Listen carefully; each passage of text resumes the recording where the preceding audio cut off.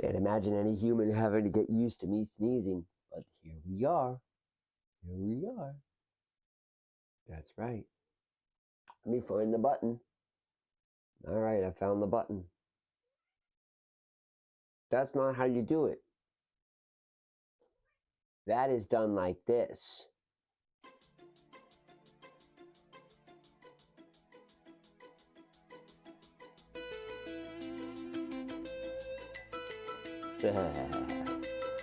Live from the Crescent Moon Temple, it's the morning show with your host, Tolinar. Morning, kitty. How is it? Old cat's like, oh no.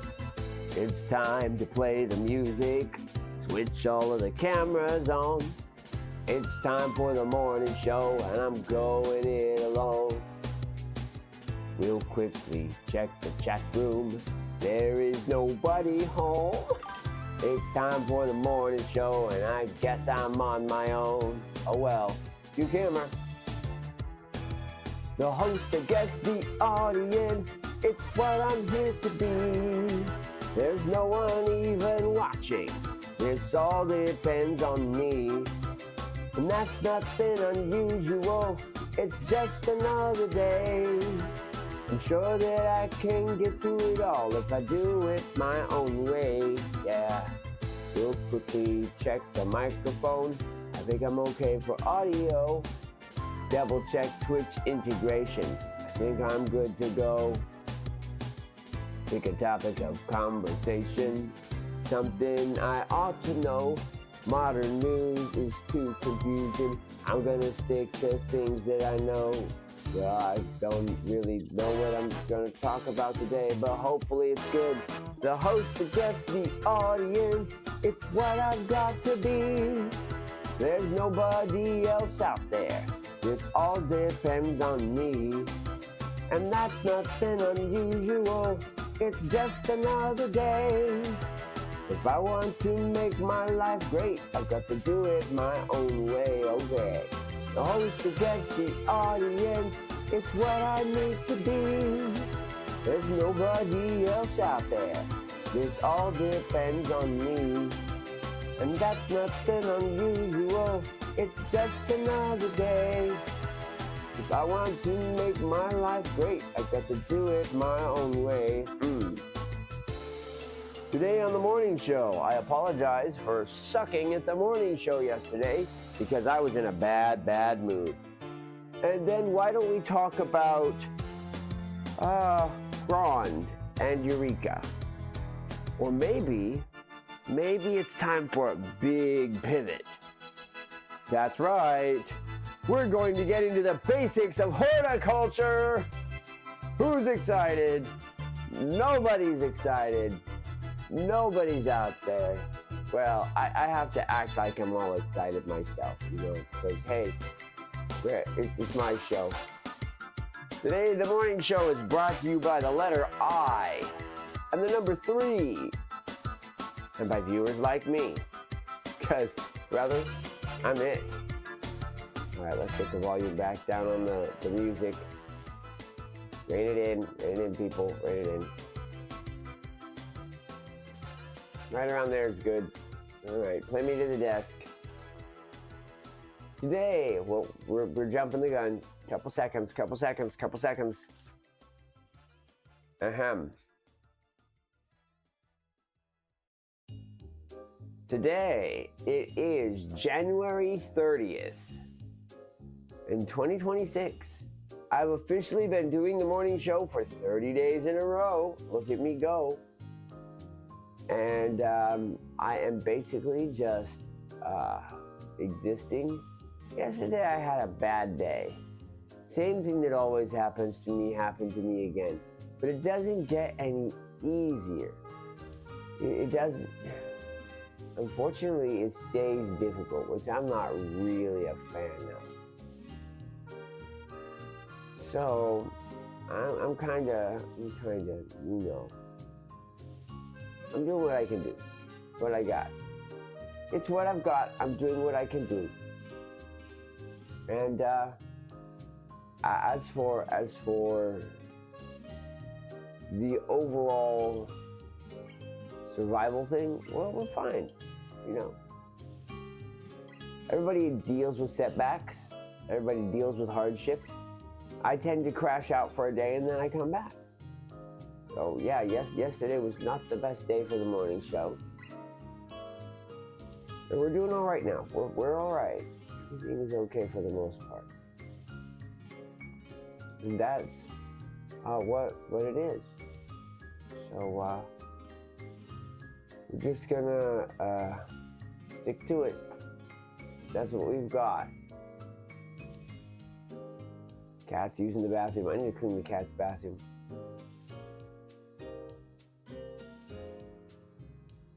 Oh, I know, you took a poop. Doggone.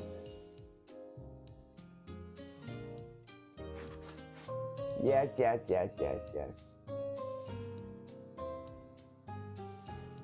Oh no.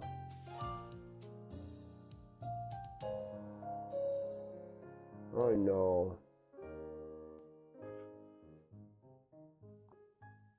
Uh-huh. Yeah.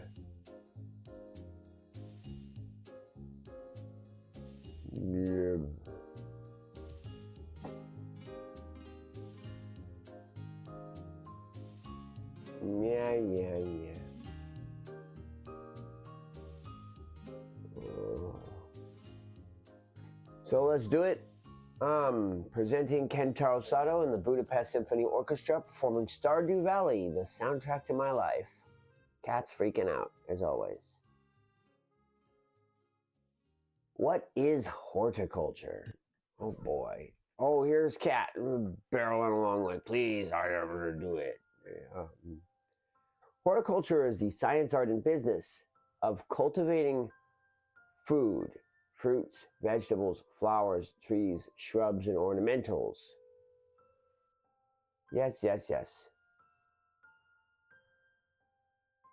It shares DNA with agronomy, which is the science and technology of soil management and crop production, focusing on producing and using plants by agriculture to produce food, fuel, fiber, chemicals, recreation, and land conservation. As for the difference between agronomy and horticulture, agronomy is the application of plant and soil science to production of crops. Horticulture is the science and art of cultivation. So while I care a great deal about agronomy, we are going to study horticulture. Horticulture. Yes. The current plan is to discuss one major species per day. Talk about a plant on days that we're talking about that sort of thing. I'm going to use a master notebook to keep track of all of the beautiful plant information that I have cataloged.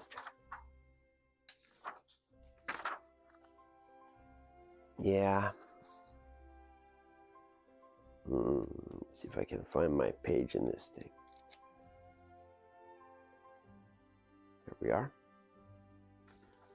There's a whole lot to know about these various plants.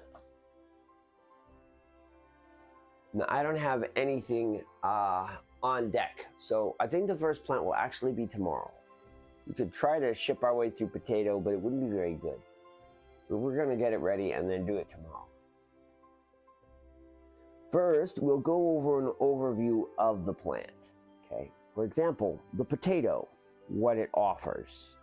Why would you want to grow a potato? What makes it special? What really makes the potato shine?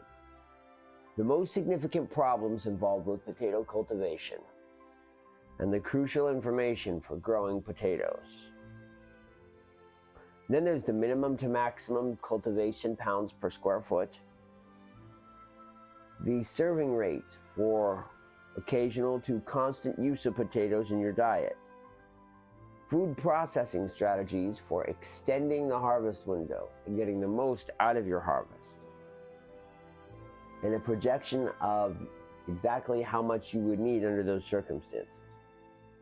date ranges of when the potato can be planted and successfully reach cultivation, as well as when you could end up having a scrubbed harvest and the last possible 10% chance of getting a yield. Then the duration range, how long it will take for your potatoes to grow up, depending on genus. The indoor start tables and the outdoor deadlines, where you've got to be in the soil.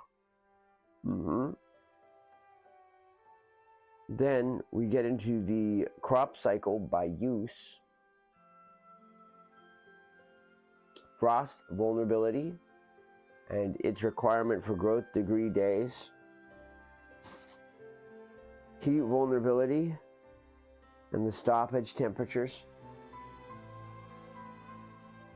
its needs for water and how it handles drought, as well as overwatering, which is a bigger problem than you might think, especially for houseplants.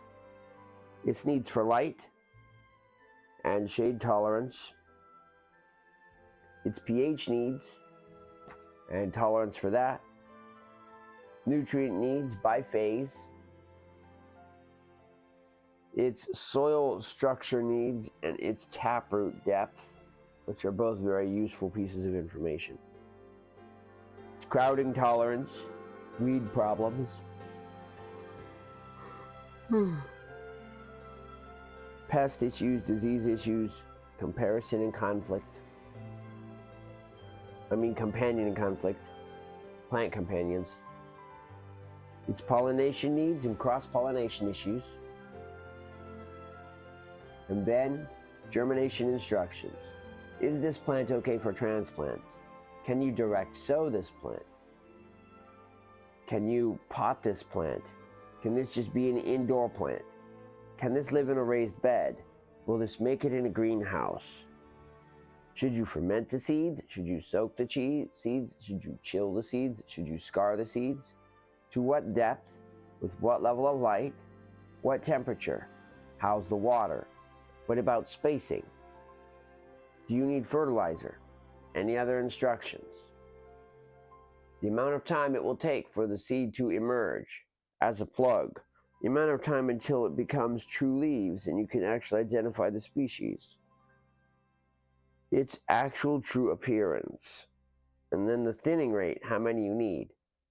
There's transplant timing, how long it takes to harden them off. The repotting window, from earliest you should safely repot to the maximum amount of time. The needed pot size for a fully grown plant. The requirements and benefits of trellis and support. Pruning, other help you can give your plant. The number of days until your plant flowers. How its nutrient use spikes based on various growth and may require special fertilization. Harvest indicators, when to know that your plant is ready to be eaten. Quality guidelines, what separates a good harvest from a bad one.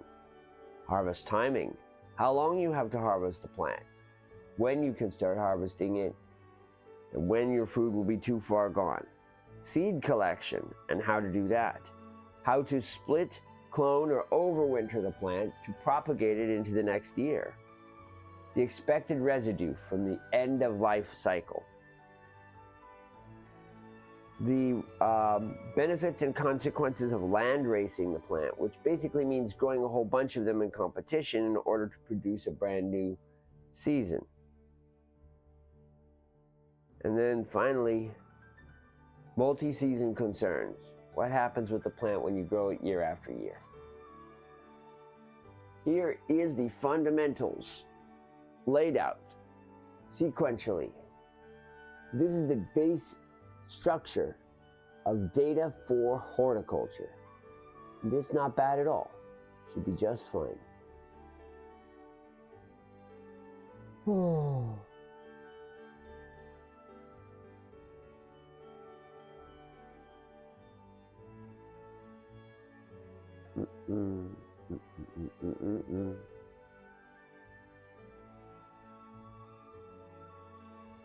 Yep, just trying to exist.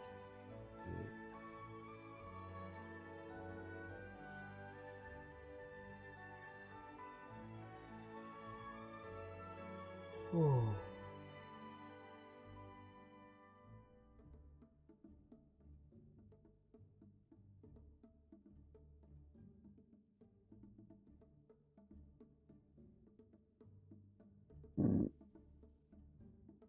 right.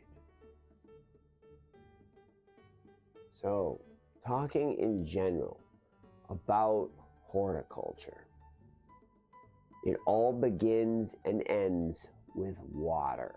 Water is the baseline. If water is good, we're there. If there's no water, it'll never pan out. That's what you need to know. Now, you can get too much, you can get too little. There's a lot of things that can go wrong when it comes to just water, but setting all of this aside, if you have water, it's going to be okay. If you don't have water, things are going to fail.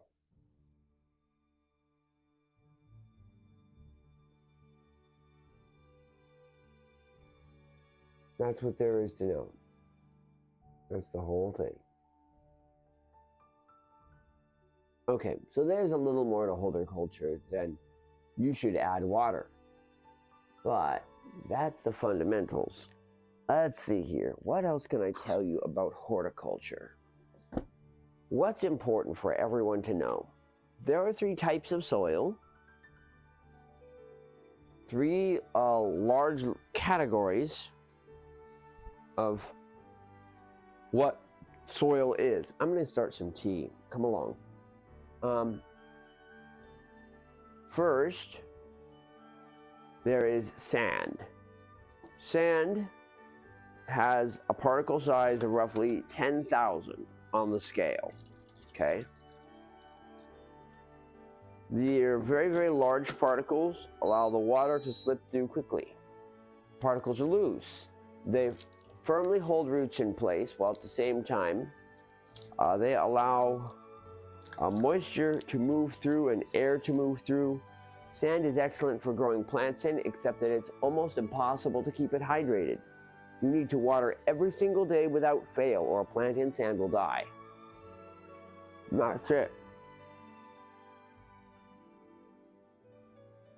Silt has a particle size of 100.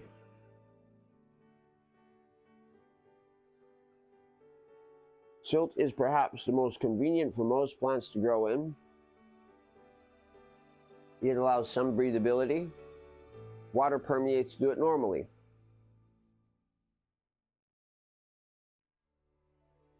It's that good old dirt. There's the dirty dirt.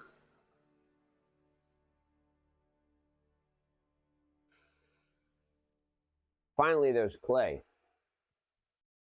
Clay has a particle size of 1. Clay's particle size is so small that water cannot permeate. So, sand disperses water. It flows through sand so quickly. Silt retains water. It fills with water and holds it for a while, becoming mud. Clay pools water. Water cannot permeate and accumulates uselessly on the top of the ground.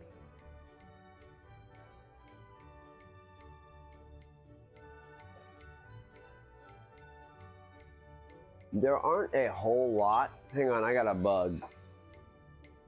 There aren't a whole lot of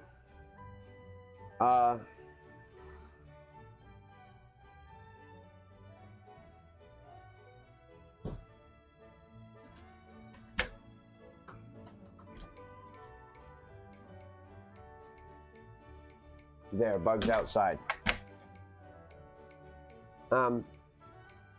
There aren't a whole lot of plants that can tolerate growing in clay, and anything in sand will die.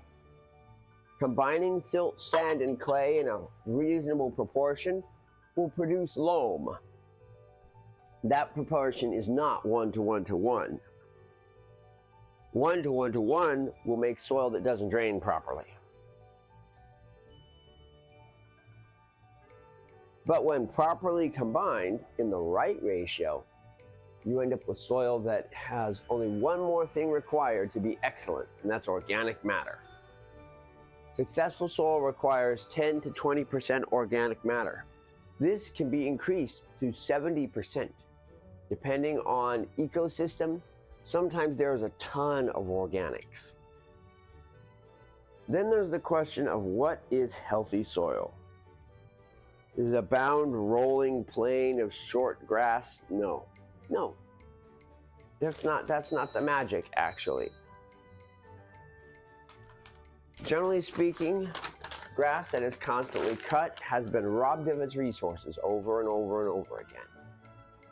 The soil is usually suffering. You'll find there are patches where it has died back, patches where it doesn't want to go. You can tell that the ground is struggling. Okay, I'm looking for my tea filter. It's got to be around here. There it is. So, I think it's about time I bought a new tea ball. This is a pretty rusty ruster. It's pretty rustic, or as some Stardew fanatics would say, crusty. It's a terrible joke, if you can even call it that. Here we go. That's set properly. There we are. And we'll add lots of hot water and get my cup of tea brewing this morning.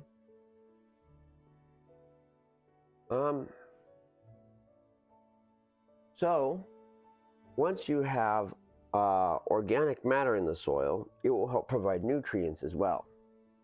Organic matter improves water retention.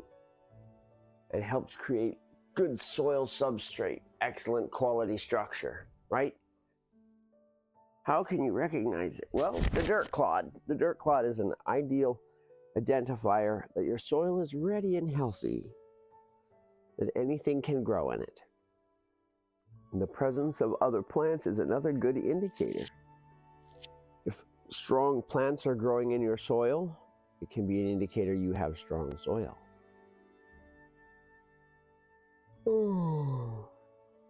A manicured lawn is not a healthy place to exist. And a cow field that has been yomped on and nitrogen deposited over and over again is not a healthy place to exist. And here comes the cat. What are you gonna do? What's the plan here? You're sitting on the cable. I know you are sitting on the cable. You better not do anything sneaky with that cable. I know what you're thinking. I can see your mind. You would take the phone to Sauron. You go against all cats. And they're very afraid of the have a love. Have a love. That's right. Cat's like, yeah, whatever. Fine, get right in my butt in the face. Nope, get out of there. Thank you. Okay.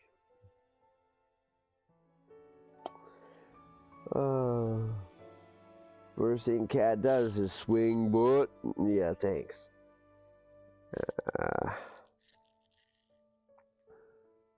Life is tied together in a delicate web. So the next thing you should know about horticulture, once you understand the idea that water is necessary, to have water is life, to not have water is death.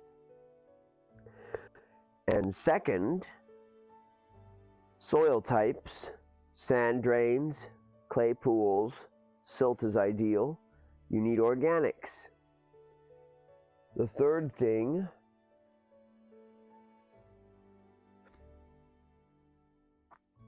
the world exists in a balance. The balance is based on the cycle of temperatures. During the winter months, plants die back and get ready for the next run. And during the spring, they reemerge. In summer, they blossom and provide great bounties of pollen and nectar to hardworking cultivars that then pollinate, cross-pollinate, and repollinate plants so that they can bear fruit. Plants then bear fruit for the sake of producing more plants, and the cycle begins again. Nature doesn't care who wins the contest, only that there is a winner. And so every plant does its best to make the most of its situation, however it knows how.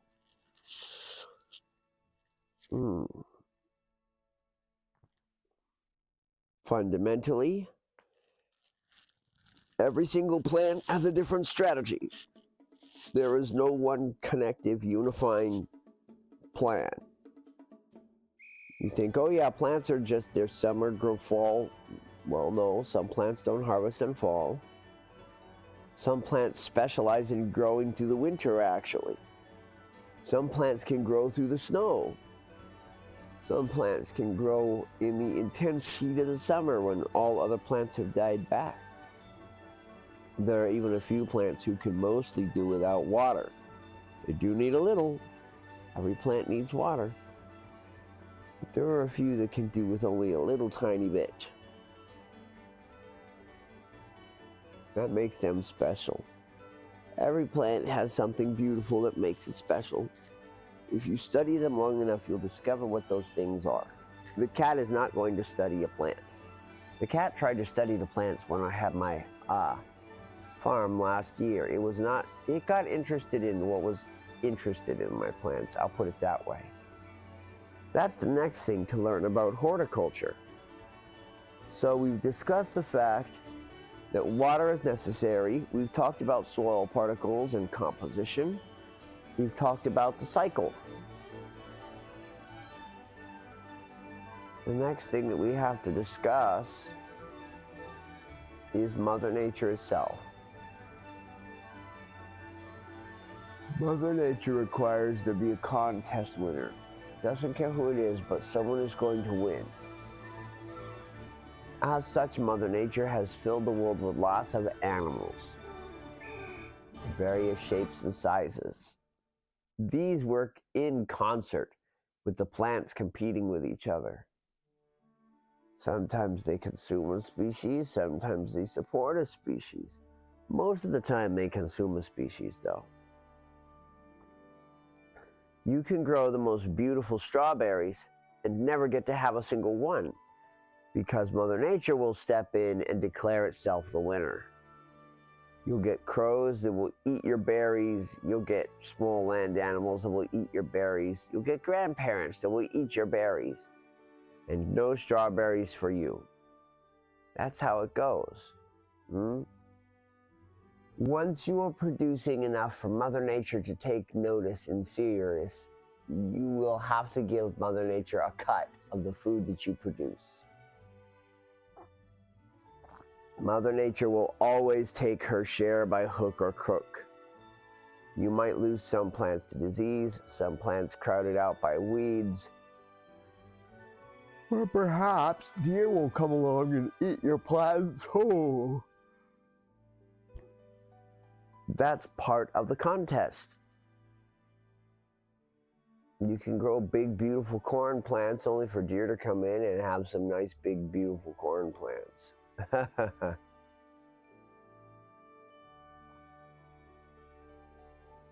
It's always good to be aware of what kind of pest issues you can have in an area. But the only way to know that you have pests, in quotes, is to detect them and then leave them alive.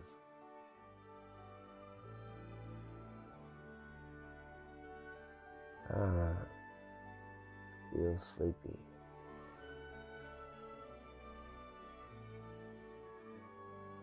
Finally starting to relax a little bit.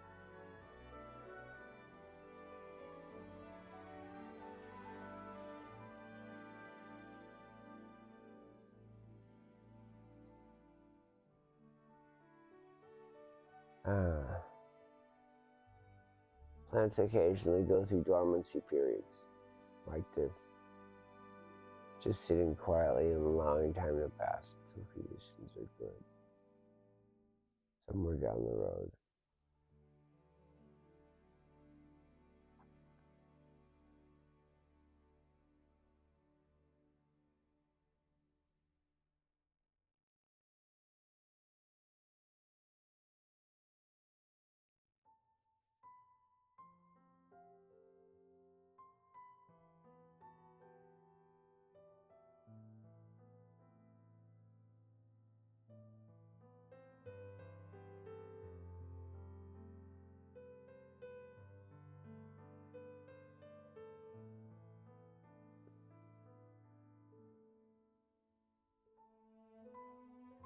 Sure is good that there's nobody out there because I keep dozing off. Need my caffeine pretty soon. I think we've gone over the very basics of horticulture. No sense in dragging the video out. I'll go ahead and call it here. Tomorrow we'll go over the first one, the potato, as well as the usual topics. I can hardly wait to see you there.